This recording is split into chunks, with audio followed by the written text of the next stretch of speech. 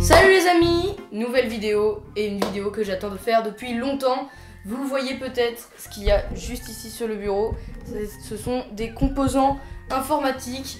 Aujourd'hui, nous allons monter donc notre premier ordi, on peut le qualifier de gaming, même si ça ne servira pas aux jeux vidéo. Mon frère Emile, c'est lui qui va monter parce que moi, je suis un bras cassé. Bon bah, il va vous annoncer le prix de cet ordi.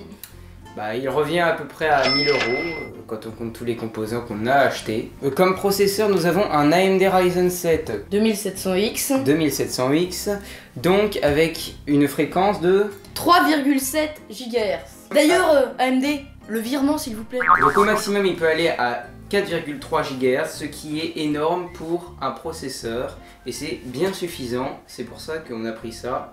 Un bon rapport qualité-prix. Ici nous avons le processeur et le ventirad qui est donc intégré dans cette boîte. Et ça nous est revenu à peu près à 200 €. Donc en mémoire vive, nous avons 32 Go de RAM, 2 barrettes de 16 Go.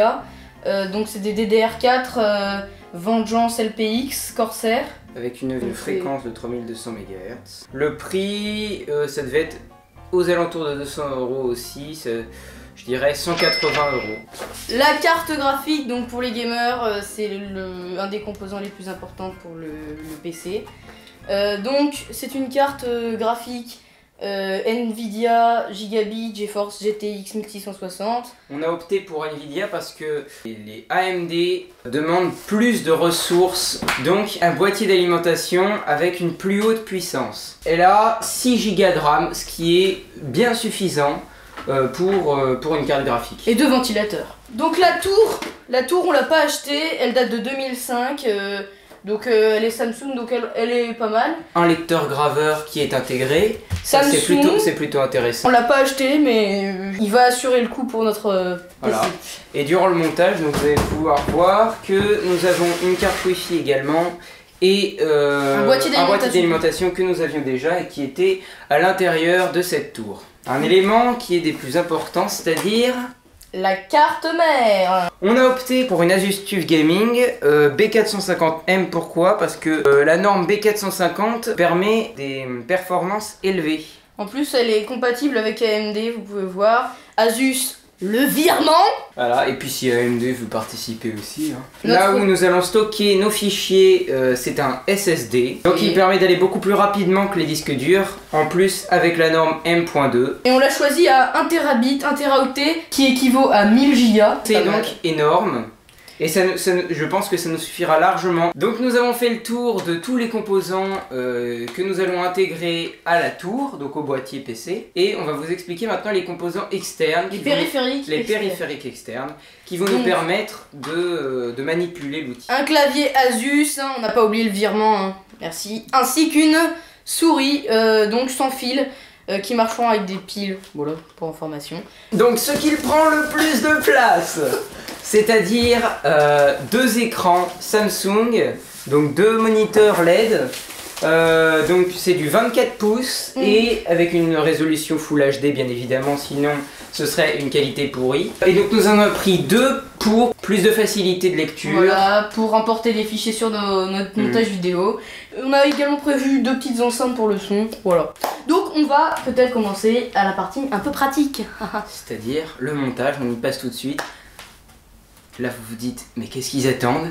Allez, c'est parti. Pendant qu'il est en train de préparer pour le montage, je remercie tous mes abonnés. Pourquoi? Eh bien tout simplement parce que grâce à eux je continue ma chaîne YouTube et c'est un peu pour ça qu'on a eu ce projet là, d'avoir un ordinateur aussi puissant. C'est pour le montage vidéo pour ma chaîne YouTube, mais pas que pour ça. Ce sera un peu notre ordi puissant pour effectuer des tâches puissantes parce que nous possédons chacun un ordi portable.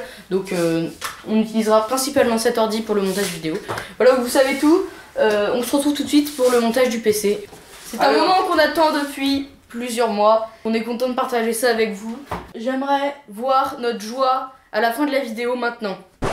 Bon bah, je suis très heureux, on est très heureux, on a réussi. Et si c'est des pleurs, et bah tant pis.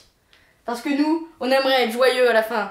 On aimerait avoir un ordi qui marche vite. C'est ce qu'on va arriver à faire, j'espère. Allez, c'est parti. Donc on sort la carte mère. C'est le moment le plus stressant de toute notre vie. Elle est belle la carte. Alors pourquoi je la pose sur la boîte de la carte mère? Tout simplement parce que ce n'est pas trop dur et c'est un peu souple. Ce qui permet tout simplement, dès que j'appuie, que ça évite de casser ce qu'il y a en dessous, c'est-à-dire les petites broches. Allez, on sort le processeur. Faut être très précautionneux et pas trop le toucher. Vous voyez, il y a des petites broches dorées qu'il ne faut surtout pas toucher sur ce processeur car ça peut faire dysfonctionner le PC. Donc surtout ne pas toucher les broches dorées et le prendre sur les côtés, voilà, comme je le fais là. Donc vous avez un petit détrompeur ici. Sur la carte mère, on le voit ici, tout simplement, qui nous permet de savoir dans quel sens il faut le mettre. Donc d'abord, on soulève la petite barre métallique. On pose tout simplement le processeur dessus, voilà. Le processeur est placé, maintenant place au ventirad, donc qui est fourni avec. Le mieux c'est de prendre celui qui est fourni avec, normalement il est conçu pour, hein. Donc vous avez juste à prendre celui qui est fourni, puis vous le positionnez sur le processeur. Alors ça dépend de votre système de refroidissement, donc vous vous référez à la notice d'utilisation qui vous est fournie. Pour ce ventirad c'est assez compliqué, en fait il faut vraiment pousser là sur les côtés. De toute façon vous l'avez vu hein. Et donc après, ce qu'il y a à faire, c'est fermer le levier qui est ici. Donc voilà. Ventirad placé, maintenant il n'y a plus qu'à brancher le câble. Normalement vous avez un connecteur qui s'appelle CPU fan. Et le CPU fan est normalement tout proche de l'emplacement du processeur. Je vais tout simplement venir le placer comme ceci. Le câble est branché. Il y a un level de passé, nous avons installé le processeur et le ventirad, donc le refroidisseur du processeur. Nous passons à l'installation des barrettes mémoire. C'est le moins compliqué de placer les barrettes mémoire. Aujourd'hui, les barrettes mémoire sont vraiment bien faites, c'est-à-dire que vous ne pouvez pas l'abîmer. Il faut... À part si on la casse en la jetant. Là, elles sont bien sécurisées et vous avez des broches dorées surtout qu'il ne faut pas toucher, c'est ce qui permet de faire fonctionner le composant. Tous les trucs dorés sur les composants, faut pas y toucher. Tu vois doré, tu te dis, oh punaise. Comme pour le processeur, vous avez un détrompeur ici qui permet de le mettre dans le bon sens. Vous vous reportez au mode d'emploi de la carte mère. Bon, normalement, vous avez une petite étoile à côté des principales barrettes mémoire. Quand vous en mettez 4, là, il y a 4 slots de barrettes mémoire. Bah, vous les mettez sur les 4, bien évidemment. Et si vous en avez 2, normalement, il y a des petites étoiles. Est-ce qu'il y a des autocollants? Moi, j'adore les autocollants. C'est ce que je préfère, les autocollants. Donc là, c'est sur les slots A2 et B2 qu'il faut les mettre. Donc c'est ce qu'on va faire, donc c'est dans ce sens là. Alors là ce que vous faites, donc il y en a parfois c'est sur les deux, vous déverrouillez le slot comme ceci et vous insérez la carte mère, vous insérez la barrette mémoire en vous assurant... Parce que là si dans ça tu devais insérer une autre carte mère, mon vieux, tu serais pas serein. Et il faudrait une toute petite carte mère dans ce cas.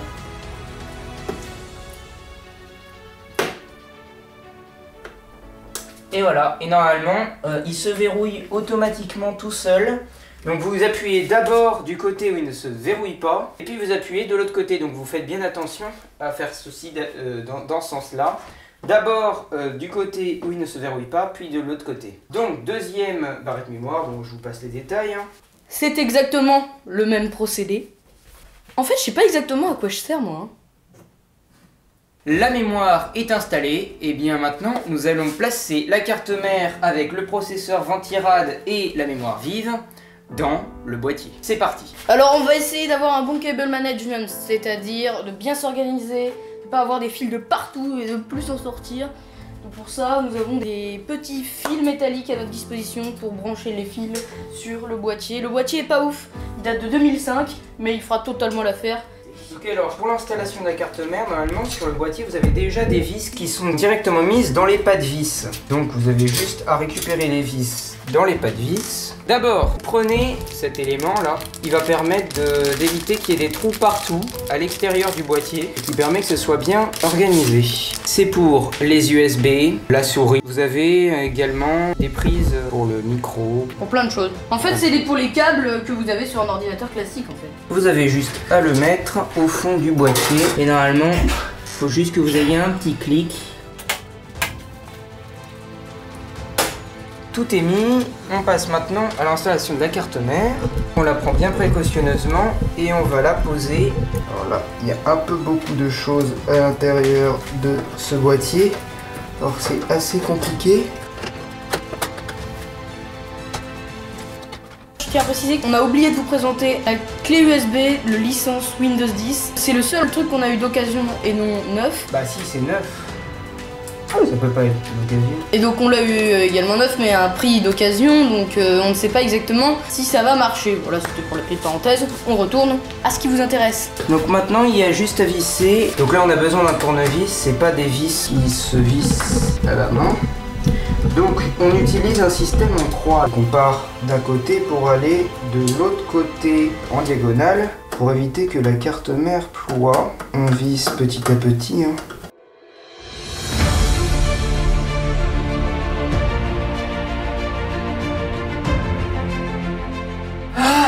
Enfin, la carte mère est enfin branchée, les vis m'ont laminé, là je suis mort de fatigue. J'ai juste pris 5 minutes à les mettre, c'est très bien. Normalement c'est plus rapide, mais là, disons qu'on a un petit boîtier qui date et la carte mère est grande. Donc là on a juste la place pour le ventilateur et puis c'est tout. Je peux parler? Youpi! Voilà, c'est tout. Pour éviter que ça nous gêne après, on va directement brancher les premiers câbles. Donc nous avons notre lecteur optique, câble SATA que il faut brancher bien sûr sur un port SATA, sur un connecteur SATA. Je vais le connecter sur sur celui qui est le plus proche. Le ventilateur, il faut bien le brancher. Donc le ventilateur, donc vous trouvez Chafan. Ici il y en a un et vous connectez tout simplement votre ventilateur au connecteur Chafan.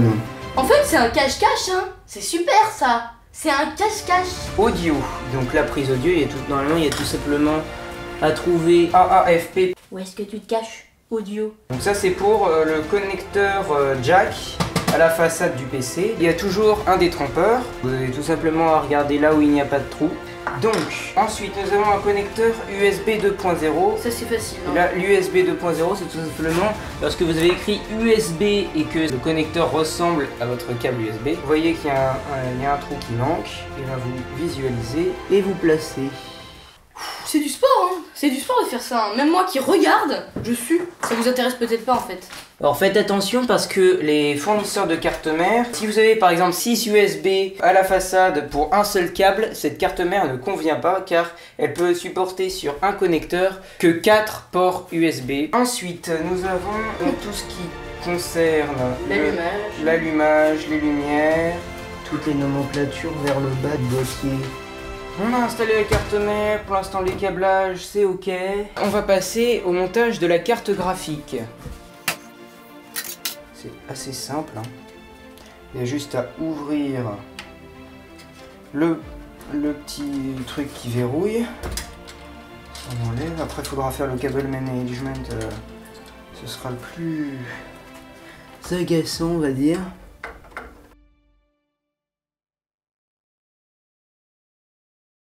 On a réussi à mettre la carte graphique, tout ça est très dur parce que on a mis tellement de temps au tournage que il y a plusieurs caméras qui n'ont plus de batterie. Donc on va faire avec la GoPro et ça. Bon bah ça a été très compliqué, très fatigant, les câbles. Voilà, donc ensuite on va mettre le boîtier d'alimentation sur l'ordi. Tout simplement enlever cette petite vis. Voilà, on place soigneusement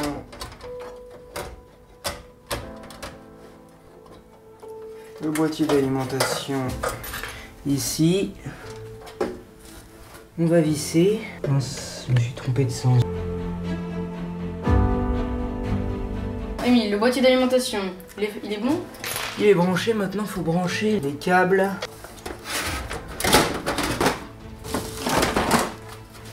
C'est branché.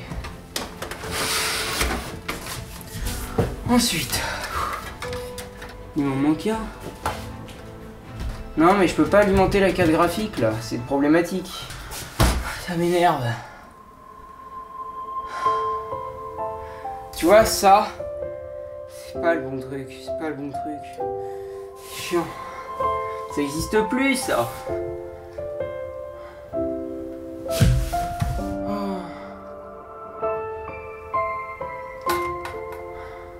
Désolé les amis, on vous a donné de faux espoirs, nous aussi on est vraiment très déçus. Le boîtier d'alimentation date d'une autre époque. Il n'est pas compatible avec le reste. Il va falloir en racheter un. Mon frère va installer le SSD et puis on va se retrouver quelques jours plus tard avec les composants qu'il faut pour finir le tournage.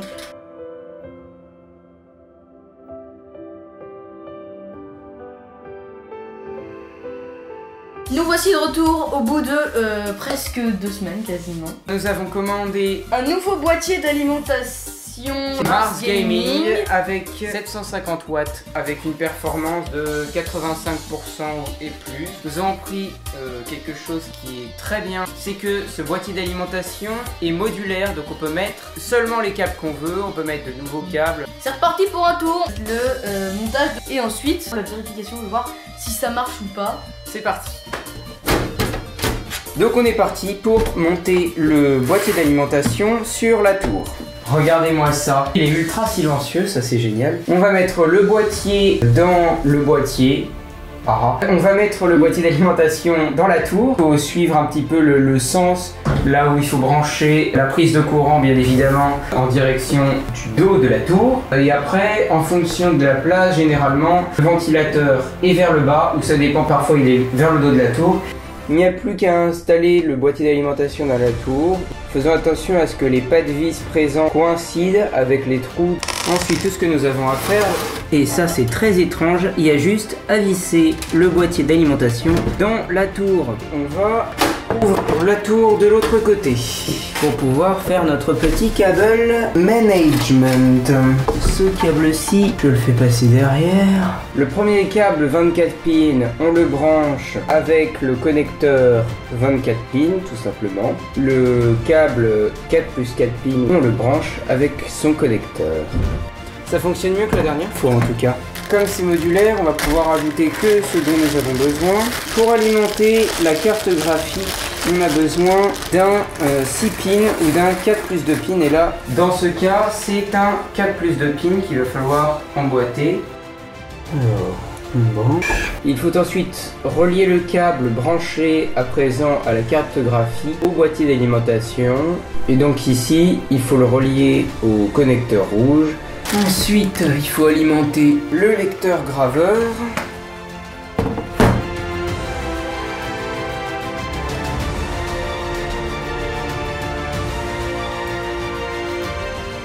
Donc on fait notre petit câble management.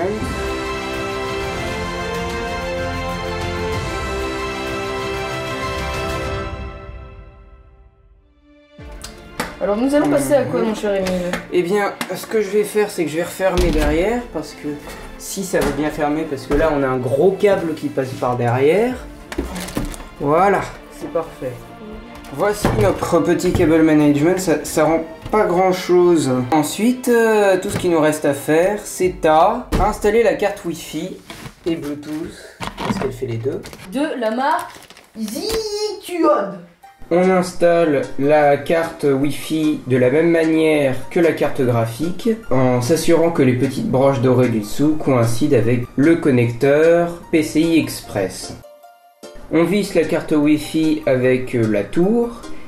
On installe ensuite les antennes de la carte Wi-Fi à leur connecteur. L'assemblage des composants est terminé. On va tout de suite passer à l'arrangement sur le bureau.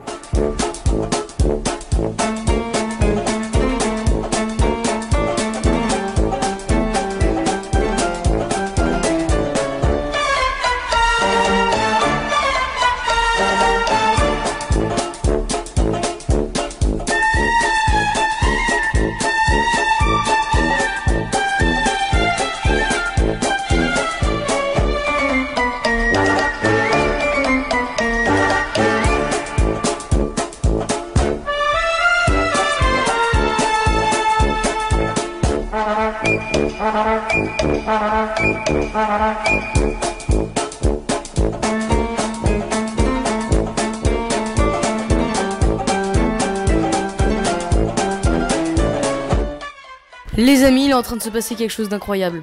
Là vous voyez derrière nous cet écran, c'est l'installation de Windows. Tout ce qu'on a fait a marché, c'est magnifique. Ce qui veut dire que notre ordi va marcher un petit accéléré. Puis on se retrouve lorsque Windows sera installé et on pourra confirmer que cet ordi marche. Pour l'instant tout fonctionne bien, ça baigne.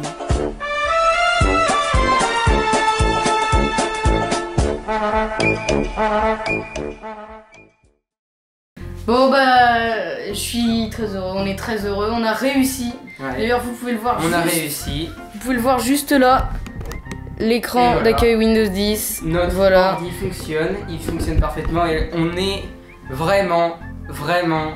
C'est bon, c'est bon, arrête-toi. Vraiment heureux. On est heureux parce que ça va faciliter déjà notre montage vidéo qui était plus que laborieux et ça va nous permettre d'aller beaucoup plus rapidement, d'avoir plus de temps libre. On espère que cette vidéo vous a plu, vous pouvez lâcher le like, ça fait plaisir. Et vous abonner surtout pour recevoir du contenu un peu pareil. Bon là c'était une vidéo spéciale, peut-être un peu moins longue. C'était surtout l'installation à l'intérieur de la tour. Après pour le reste, par exemple l'installation de Windows, vous suivez un tutoriel, rien de bien compliqué, vous insérez la clé USB et tout fonctionne parfaitement. C'était Bambino et Émile.